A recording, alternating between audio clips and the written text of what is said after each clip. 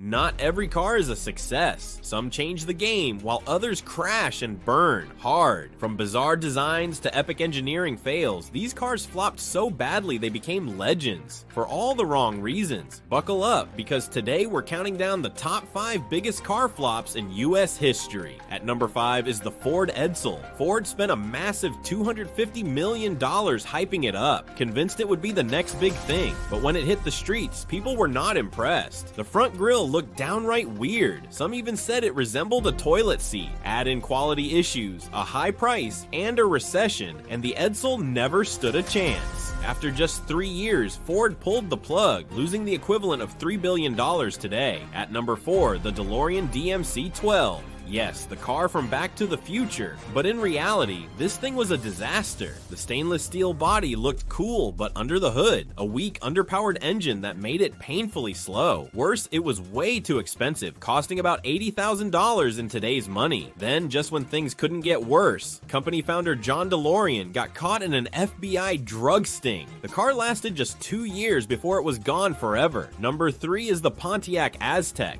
If you want to see what happens when bad design meets bad marketing, this is it. GM tried to create a cool, adventure-ready crossover, but instead they made one of the ugliest cars ever. That split grille, the awkward shape, the cheap plastic cladding, it was just bad. Sales were so terrible that GM eventually killed off the Pontiac brand entirely. Years later, it got a little redemption as Walter White's car in Breaking Bad. But at launch, it was a total flop. At number 2, the Chevrolet SSR. A convertible pickup truck hot rod? Sounds interesting, until you realize it was too heavy, too expensive, and not practical at all. It had a V8 engine and a retractable hardtop, but at over $42,000, nobody wanted to buy it. Truck lovers didn't care, muscle car fans ignored it, and after just 3 years, Chevy axed it. And finally, at number 1, the Yugo GV, the cheapest car in America at just $3,990, but also one of the worst cars ever made. It was slow, unreliable, and literally fell apart within